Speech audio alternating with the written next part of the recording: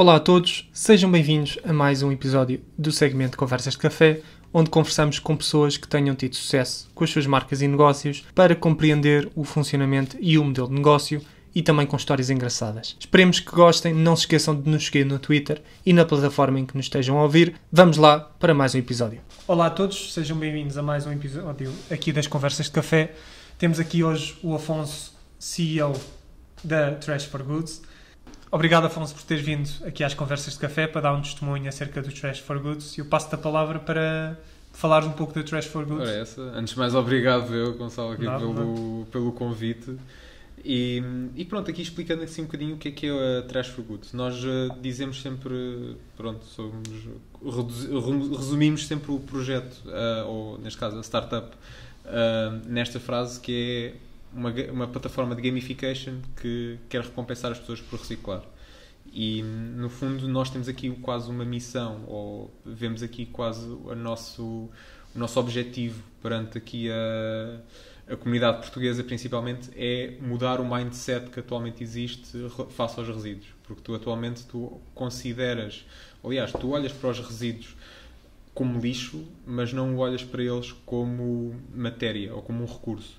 E é um bocadinho este instinto de valorização que queremos implementar nas pessoas, porque aqui, ao fim do dia um resíduo é matéria. Sim.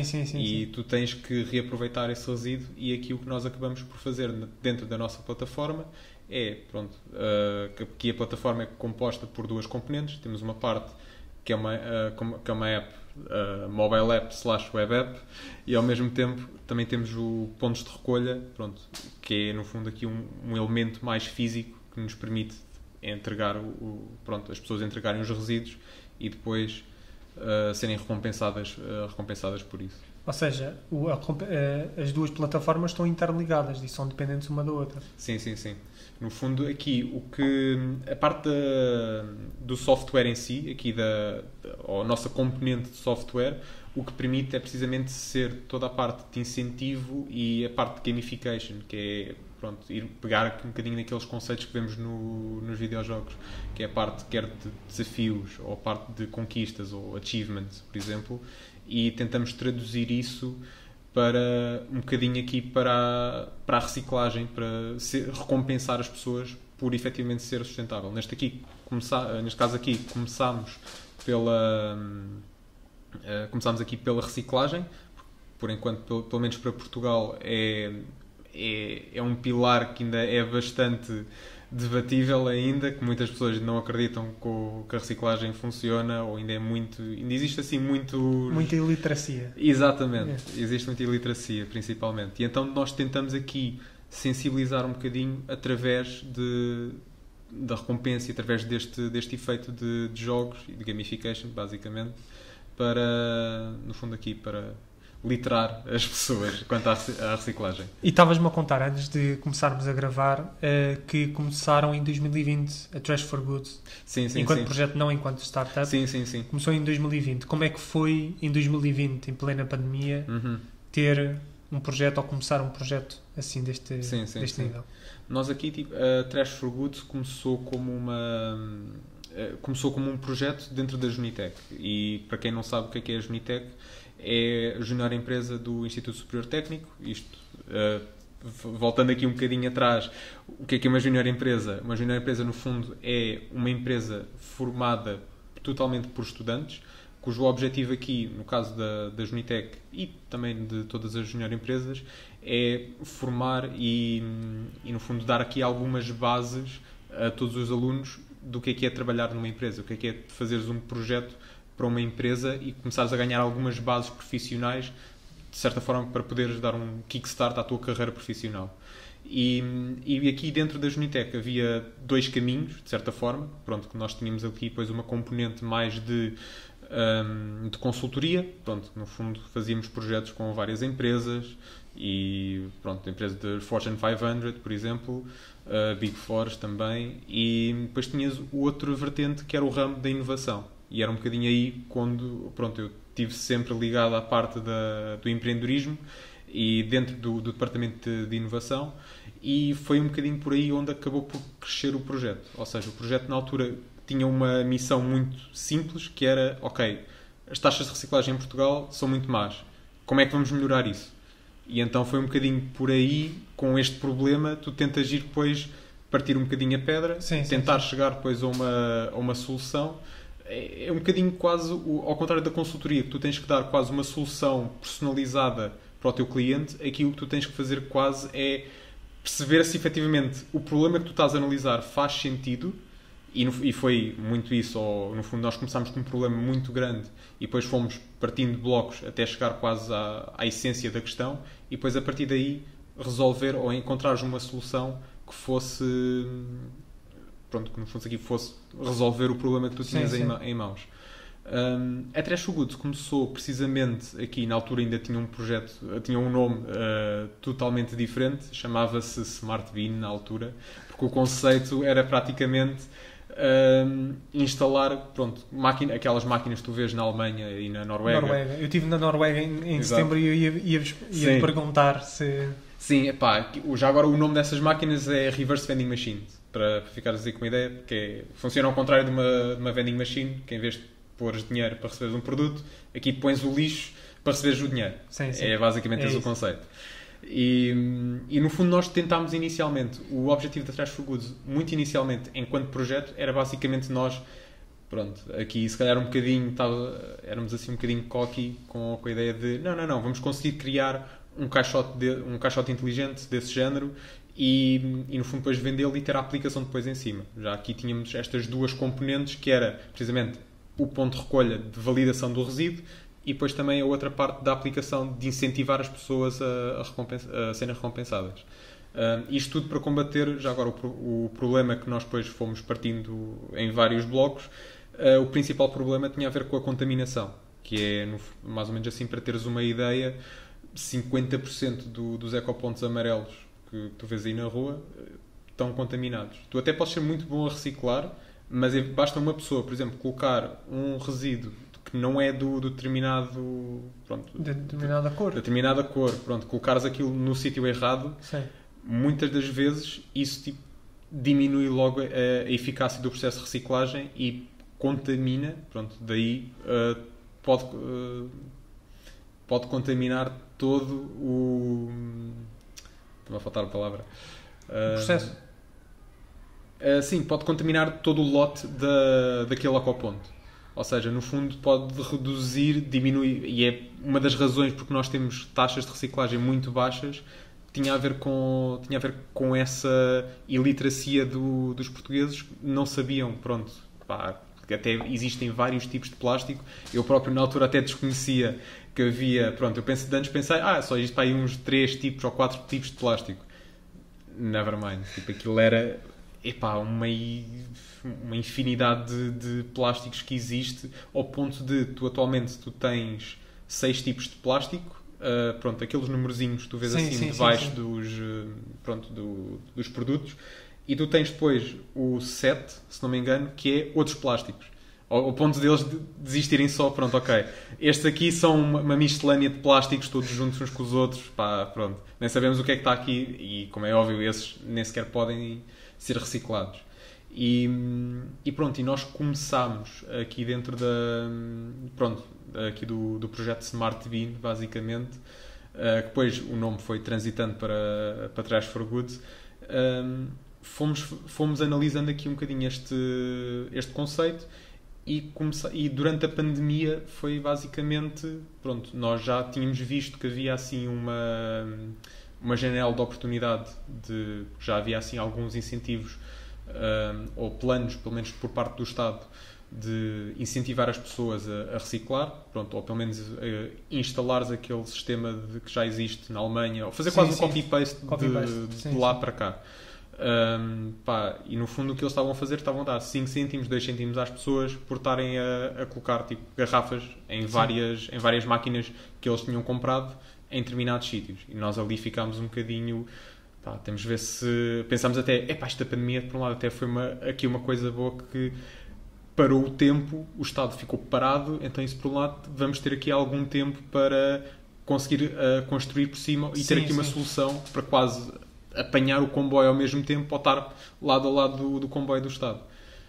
Little did we know que o estado final trabalha mais rápido do que nós pensávamos e pronto, e acabámos depois por ser um bocadinho já ultrapassados nesse aspecto. Nós depois vimos ali que já existia alguns incentivos e ficámos assim um bocadinho, pronto, continuámos na mesma a fazer o projeto piloto e aquilo acabámos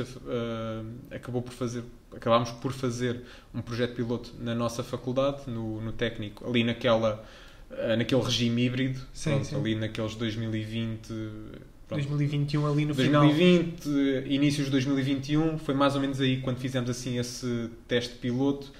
Pronto, na altura, por acaso, até angariámos alguns resultados bastante interessantes. Tínhamos posto a fasquia também muito baixa por causa da pandemia, porque por causa da pandemia, pronto, a ideia era que nós colocáramos aquele caixote lá no bar de Civil, que era o bar assim mais afluente do técnico. Sim. E então, mesmo É assim... onde fica o aquário. Que é onde fica o aquário, exatamente. Sim, que eu já fui lá estudar. Só uma pequena nota, é um sítio, uma sala de estudo. Exatamente. Onde muitos alunos, mesmo fora do técnico, vão lá estudar. Exato. Eu fiz lá umas noitadas na faculdade. E até porque acaba por ser uma sala 24 horas aberta. Sim, pois é. E a grande vantagem dali, pronto, era até... quisemos mesmo posicionar a máquina em civil precisamente para isso. Porque muitas das pessoas, às vezes, estás lá até às 2 da manhã a estudar ou mandar uma direta porque tens um projeto para entregar para amanhã. Ali muita malta, ouvia Red Bull ou algo do género, e então tinhas ali, pronto, um sítio para colocar as tuas latas e ganhavas ali uns pontos. E pronto, e na altura nós fizemos este teste piloto, principalmente, ou gosto mais de chamar uma prova de conceito, e pronto, e é aquilo que eu digo sempre. Foi giro construir o caixote. Eu, na altura, pronto, eu estava dentro da equipa que estava a construir o caixote, porque eu estudei Engenharia Eletrotécnica e sobretudo, eu adorava a parte eletrónica. E foi precisamente aí que eu vi, adorei construir o caixote, but never again. Não quero voltar a sequer olhar para um caixote. Porquê? Porque aquilo... depois foi aí que nós acabámos por ver que a dificuldade que era nós criarmos um caixote, pronto, como conseguimos competir com tecnologia que já existia para aí desde os anos 70, para aí, ou anos 90, pronto, porque aquelas máquinas de reverse vending machines na Noruega e nos outros países já existem há cerca de 30 anos. É uma tecnologia que nós até pensávamos que era relativamente recente, mas já é quase do tempo dos nossos pais. E o que eu achei super interessante foi a maneira como eles conseguiam pensar, porque eu depois experimentei estas máquinas, eles conseguiam pensar em todos os casos, quase em todo o cenário bulletproof de como enganar o sistema. Porque nós, quando construímos essa máquina, pronto, também para nós conseguirmos entregar o resultado, pronto, cumprimos os prazos que nós queríamos ter, ali é que acabámos por reparar, ok, vamos ter que simplificar muita coisa. Sim. E pronto, e depois tentávamos sempre ali ver, ok, se eu puser aqui a garrafa, mas eu depois lá ao fundo for buscar. Pronto, então vimos assim não sei quantas formas, porque ainda por cima português é chique esperto, vai haver sempre aqui uma forma para o pessoal querer capitalizar mais um bocadinho, e então nós tivemos que pensar em todos esses cenários. Pronto, então fizemos à nossa maneira, pronto, tivemos depois de a desligar porque tinha um bug que permitia o pessoal abusar do sistema, mas pronto, foi assim a nossa primeira aventura. E construir a máquina por cima em plena pandemia foi também uma aventura bastante grande, porque aquilo era no fundo um caixote, mais ou menos de quase 1,80m, 1,90m, mais ou menos, e aquilo foi uma coisa do género, porque nós na altura estávamos na sede da Junitec, tínhamos que ir todos os dias lá para a sede, e pronto, quebrámos, se calhar, umas quantas regras do Covid, mas pronto, agora não... Agora valeu a pena. Acho que valeu a pena. E pronto, e foi também uma experiência, uma aprendizagem também muito grande, também, pronto, ali estar a trabalhar com as pessoas, pronto, mesmo com máscara, mantendo a distância, ali até fizemos quase uma espécie de um acordo de, pronto, olha, isto aqui vou tirar a máscara, pá, para nós estarmos aqui a falar, é assim, eu não saio de casa há mais de não sei quanto tempo, por isso, não vai ser daí que vamos apanhar Covid. Pronto, e então, e atualmente, pronto, podemos dizer isto assim com um bocadinho mais de confiança, que na altura mesmo assim era um bocadinho duvidoso, mas lá aceitámos, pronto, ok, pá, estamos tipo aqui sem máscara para falar e a trabalhar na altura, pronto, a parafusar, porque a estrutura foi toda feita em madeira. Aquilo foi um caixote muito DIY, que aquilo parecia que tínhamos ido ao YouTube pesquisar como é que se faz um caixote e pronto. E peça a peça. Peça a peça foi basicamente isso. E quanto tempo é que demoraram a montar o caixote? Pá, nós demorámos mais ou menos para teres uma ideia. Pá, nós já tínhamos feito a parte eletrónica em casa, quando aí estávamos mesmo confinados. Eu creio que foi aproximadamente quase 6 meses, mais coisa menos coisa, porque o caixote tinha que estar lançado em outubro e foi mais ou menos aí onde nós conseguimos depois apontar. Nós começámos, 6 meses antes, aproximadamente abril, março, nós já tínhamos estado a fazer assim algumas coisas. Março foi quando depois era all went down. Pois. E foi um bocadinho depois por aí que começámos a iniciar toda a parte da construção, toda a eletrónica, toda a parte de verificação. Foi sempre por aí. E como é que foi? Quanto tempo é que vocês tiveram o caixote lá no técnico? Sim, nós fizemos o teste piloto durante um mês. Ele até depois continuou ativo mais um mês também, porque a maneira como nós tínhamos aqui feito, ou a nossa estratégia inicial, foi um bocadinho... Pronto, lá está, porque isto também acabou por ser uma prova de conceito. E a nossa estratégia inicial era quase fazer competições, ao contrário daquilo que eu expliquei há bocadinho, pronto, que é atualmente o que nós estamos agora a trabalhar, que é uma espécie de cartão de pontos. Sim. É aquilo que nós estamos mais habituados, que é vais acumulando, vais entregando ali resíduos e depois vais acumulando X pontos para depois trocares por o prémio que tu quiseres. Pois. De antes o que nós fazíamos era mesmo uma competição, porque vimos aqui que não só estimulava um bocadinho mais a parte mais competitiva das pessoas, pronto, nós já vimos isso, que é um conceito também bastante engraçado, as pessoas estarem a competir para ser quem é que é o mais sustentável. Isso por acaso foi um conceito também super e com uma finalidade positiva, não é? Exatamente. E hoje em dia também queremos manter um bocadinho essa feature que nós acabámos por ter e que também já acaba por ser um bocadinho quase caracterizador, estás a ver? Sim. E então também queremos manter um bocadinho isso, apesar de atualmente o nosso objetivo ser capitalizar um bocadinho mais aqui na recorrência, não tanto quase nos sprints, que era aquilo que nós estávamos a fazer. E pronto, e acho que tinha depois aqui outra coisa para dizer, mas já me esqueci. Ok. E isto é uma pergunta que nós fazemos a toda a gente, que é: que skills, agora tu passado 3 anos, quase 3 anos de Trash for Good, passado estes 3 anos, o que é que tu gostavas de ter dito a ti próprio quando começaste a Trash for Good? Eu diria principalmente que o processo tem que ser muito mais rápido do que nós tínhamos antecipado, porque quando nós todos criámos a Trash for Good na altura, aqui o principal foi sempre quase um projeto para melhorar a reciclagem em Portugal.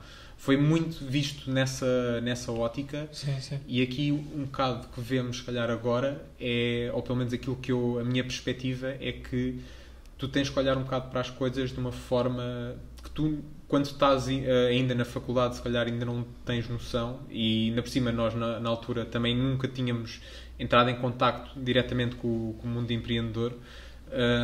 Foi que precisamente rapidez é essencial. E tu teres, por exemplo, pronto, e ainda por cima o técnico é um bocadinho complicado em termos de porque tens que acompanhar sempre com projetos que estão às vezes a acontecer todos uns em cima dos outros, e depois ao mesmo tempo também teres aqui o teu projeto à parte, ou no fundo o teu projeto extracurricular que estás a fazer, que por acaso até é uma startup. Pá, por um lado eu comecei a perceber também o porquê daquele mito do pessoal dizer dei dropout da universidade para criar a minha startup. Sim. Que aconteceu com o Facebook, com a Apple e muitos outros. E foi um bocadinho essa sensação. Ok, não dizia a mim próprio para, ok, dá dropout. Não era bem isso assim que eu ia dizer. Se eu estivesse numa posição, aí se calhar muito mais lançado, já quase unicórnio, aí sim dizia, pá, devias ter dado dropout. Não, mas acho que tipo, aquilo que eu acho que o principal é essa noção de rapidez, que é muito mais importante do que do que podes considerar, e é o facto de olhares para as coisas, ou seja, ser mais decisivo e ter um objetivo logo em mente do que é que tu tens que fazer. Continuas a trabalhar, mas não sabes muitas vezes o propósito. Muitas vezes tu tens que parar um bocado, olhar para aquilo que tu estás a fazer e ver, tipo, pá, estou no bom caminho, estou a fazer exatamente aquilo que eu deveria estar a fazer. É quase fazer um status update, parar um bocadinho na caminhada que estás a fazer e depois olhares para o mapa, eu acho que estou aqui e eu preciso ir até ao ponto B. Então eu tenho que tomar este caminho aqui porque eu acho que já me afastei se calhar um bocadinho mais. Pois. Ou até muitas vezes, se calhar, tu achas se calhar o caminho C, ou para ir para o ponto C, desculpa, tens que passar pelo B, ou até pode ser um caminho direto para o C. Sim, sim. E muito isso é aquilo que tu tens de ir fazendo essas pausas para fazer quase um check, uma reflexão de onde é que tu estás. Essa é uma boa forma de ver as coisas, porque nós às vezes, nós enquanto podcast, eu às vezes com o João, fazemos alguma reflexão, tipo, nós estamos a produzir este conteúdo, estamos a ter estes resultados, será esta a ambição que nós tínhamos no início? Por exemplo, quando nós começámos as conversas de café, foi muito, eu baseei-me assim muito por alto de um youtuber que eu gosto bastante, que é o Ali Abdaal, que ele faz uma coisa muito parecida com isto, mas que eu queria dar uma vertente mais de empreendedor. E eu pensei, se calhar isto tem de se enquadrar com o propósito do próprio podcast. E eu tive esse momento de reflexão, antes de começar as conversas de café, tive esse momento de reflexão com o João, com o outro Sabino Eclético, para sabermos se é isto efetivamente que queremos fazer. E até hoje, ainda bem que nós começámos, agora um pequeno parênteses, ainda bem que nós começámos estas conversas de café, senão eu não estava aqui a falar contigo, por exemplo. E a conhecer a Trash for Goods, que é uma coisa... Exato. Porque eu e o João somos muito, muito adeptos de empreendedorismo. Lá está, isto acaba por ser também empreendedorismo. E alinha-se bastante bem com o que é que nós queremos fazer e com, lá está, com o ponto A, com o ponto B e o ponto C. Exato. E, ou seja, isto não é seria a tua primeira vez no mundo dos negócios, digamos assim, no mundo do empreendedorismo? Sim, isto acabou por ser assim a minha primeira... Pronto, já tive assim uns pequenos toques na Junitec com uns projetos antes, mas lá está. Não era uma startup em si. Não é aquilo que se calhar estamos a passar agora. Literalmente, os problemas que nós deparamos agora são totalmente diferentes. São muito mais de uma startup do que se calhar seria tipo num projeto normal. E é muito normal. Eu, por acaso... Tu sentes muito, um bocadinho, às vezes, aquele síndrome de impostor, tá a ver? Sim, I don't belong here, não devo estar aqui, pronto. Mas é normal porque muitas pessoas também passam por isso. E todas as pessoas, isso por acaso é um fator que eu, quando estava a falar com vários empreendedores, eu achei super interessante. Todos eles tinham este medo quase de, eu também sinto que eu não... eu só sei esta coisinha aqui. Eu sei a minha gotinha. Pronto, é a única coisa assim, se calhar, que eu tenho a certeza. Mas depois, tu vais falando com outras pessoas e vais quase partilhando, pronto, às vezes, os teus insights sobre determinados tópicos e muitas vezes, pronto, vais percebendo, se calhar até domino aqui um bocadinho a coisa. Eu tenho a minha experiência também para contar. E isso, muitas vezes, é o suficiente. Por exemplo, e aqui enquadra se calhar um bocadinho também com a missão do vosso podcast, que é um bocadinho dar esta ideia de que é ser um empreendedor, muitas das vezes. Sim. Que muitas das vezes as pessoas têm sempre um bocado aquele medo de começar. E o começar é o que custa sempre. Porque tu, se queres ainda por cima criar uma startup, the odds are against you. E tu só podes ser masoquista para conseguir estar a chegar a esse ponto. Porque tu tens quase eu diria até, sendo simpático, para uns 5, 10% de probabilidade de sucesso. Pois. E já estou a ser muito simpático. E nota-se perfeitamente com os founders de muitas startups. Quase todas as vezes não é a primeira startup que tem, ou o primeiro negócio. Por acaso, agora tu referiste isso interessante, de tenho medo de começar. E eu no outro dia ouvi que existem as 3 melhores alturas para começar alguma coisa que queremos. Há 100 dias, ontem e hoje. Agora escolhe um deles. Que basicamente é a melhor altura para começar alguma coisa é hoje. Porque o que as pessoas veem, o que as pessoas... E era uma coisa que eu também te queria perguntar, de como é que foi de passar, por exemplo, da faculdade para de repente tens a tua startup, Sim. tens um mundo de contas para pagar, digamos assim. Exatamente. Porque é uma realidade, porque nós também, é um dos objetivos que nós também temos com as conversas de café, que é dar esse lado mais... Eu não quero dizer negativo, porque também traz muita experiência e muito caráter aos próprios founders, mas como é que é lidar com as contas para pagar, por exemplo, ter lidado com uma equipa, que isso é um ponto que ainda não tocámos e nós estávamos a falar antes da gravação. Exato. Sim, é verdade. Aqui, se calhar, eu diria que é mesmo uma coisa que as pessoas... também não, eu próprio também não tinha noção, que é toda a outra parte mais... da obrigação que tu também tens que ter, porque no fundo aquilo que tu também acabas por ter é, tu para lançar uma startup, tu normalmente tens uma empresa, o que for, tu tens sempre aqui uma runway, que é o que se chama,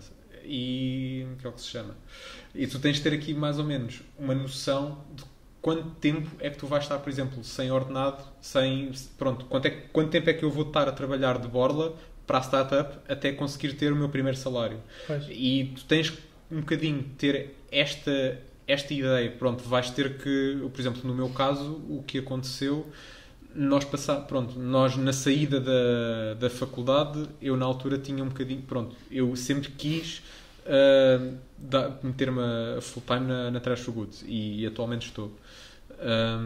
Mas, por exemplo, eu passei por uma fase que foi, eu queria também ter um bocadinho uma experiência de trabalho, mas também um bocadinho para me conseguir autossustentar, pelo menos durante uma fase. Então daí foi aquilo que eu te estava a dizer, que eu comecei a trabalhar em part-time depois para uma empresa, que eu fiz um part-time na Deloitte, e eu aí ganhei depois assim alguma experiência, pelo menos, e isso ajudou-me também bastante, pelo menos a consolidar um bocadinho do que é trabalhares dentro de uma empresa e perceberes um bocadinho, os objetivos até mesmo que a empresa tem de cumprir, ou até mesmo as tarefas e as rotinas, de certa forma, que uma empresa tem. Claro que é sempre diferente, e aqui acho que se tu por exemplo, se tu criares a tua startup e já vieres do mundo já estás habituado a ter dailies, o que é Scrum, o que é Agile, ou até outro tipo de metodologia qualquer, no fundo, tu, de certa forma, podes já estar um bocadinho melhor preparado nesse aspecto. Sim. Porque no outro caso que nós tínhamos, era quase as únicas experiências, assim, se calhar, que tínhamos de projeto per se, era, se calhar, termos reuniões quase como se fosse para um laboratório que estivéssemos a fazer na universidade, ou para um projeto.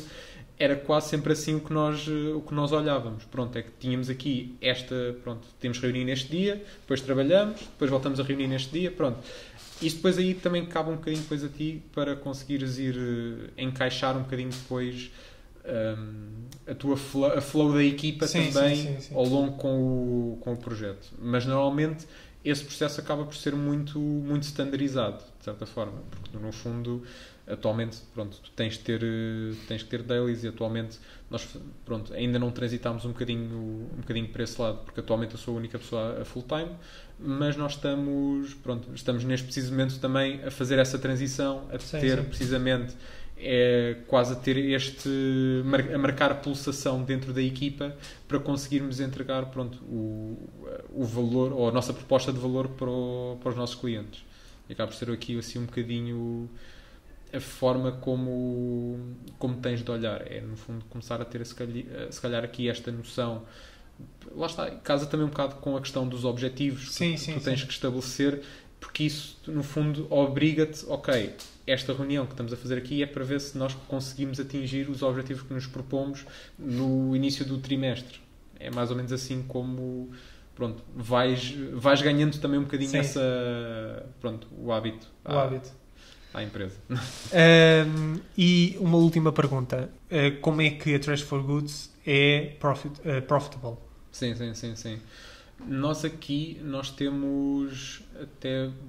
Nós temos vários tipos de business model. Pronto. No fundo, aqui o que nós atualmente estamos a focar-nos, pelo menos in the short term, é no fundo quase um sub-renting dos nossos pontos de recolha. Porque, mais ou menos assim, para as pessoas ficarem com uma ideia, o que nós estamos atualmente a fazer, nós estamos a alugar as máquinas, as reverse vending machines, estamos a alugá-las e depois acabamos por acrescentar depois a nossa aplicação em cima e pronto, conseguimos depois cobrar um valor depois em cima em cima do nosso aluguer, pronto, e acaba por ser aqui um bocadinho também a nossa proposta de valor em cima. Nós sabemos que esta solução não é a ideal, porque no fundo nós temos aqui outras formas de monetizar, sobretudo na parte da plataforma, que é aqui onde nós vemos que tem maior vantagem. Mas é aquilo que eu te estava a dizer. A questão aqui que nós vemos, se calhar, mais dentro da nossa parte de criares aqui quase um marketplace, a questão aqui, muitas vezes está mesmo no como é que tu vais depois aqui abordar as marcas que lá tens. E aqui, no fundo, acaba por ser... Nós já estamos a estudar algumas formas, quer também a capitalizar noutras formas, mas nós vemos aqui, no fundo, uma grande capacidade, uma capacidade de monetização dentro da própria aplicação. Como é que nós queremos, no fundo, escalar ao nível de startup? Ao nível de startup, tens que ter depois revenues... ou tens que ir aumentando o teu revenue 10 vezes, não 10 vezes cada mês, mas pelo menos ao final do ano chegares com 10 vezes mais daquilo que tu tinhas no início do ano. Sim. É um bocadinho assim, quase que como uma startup tem de pensar. E é um bocadinho por aí. Nós, lá está, estamos a fazer um bocadinho aqui também a estudar vários business models também que nos fazem sentido. E é um bocadinho por aí que nós atualmente standardizamos este, no fundo acaba por ser aqui um bocadinho e digo também abertamente porque é o mais simples que nós temos, mas temos estado a ver também outras formas aqui, quer da parte da plataforma, quer noutras vertentes, e depois depende um bocadinho também do mercado, acaba por ser aqui um bocadinho como nós estamos a trabalhar. Ótimo. Afonso, acho que é uma ótima forma de acabar aqui o episódio. Obrigado por teres vindo e obrigado à Trash for Goods pela disponibilidade. Nós vamos deixar os links da Trash for Goods na descrição e também acerca do próprio Afonso para darem uma checada no LinkedIn. E é isso. Obrigado. Obrigado mais uma vez aqui pelo convite e espero que tenham gostado. Obrigado. Portanto, malta, espero que tenham gostado de mais um episódio do nosso segmento Conversas de Café. Os links que foram mencionados durante o episódio estarão na descrição. Sigam-nos na plataforma em que nos estiverem a ouvir e vemo-nos para a próxima.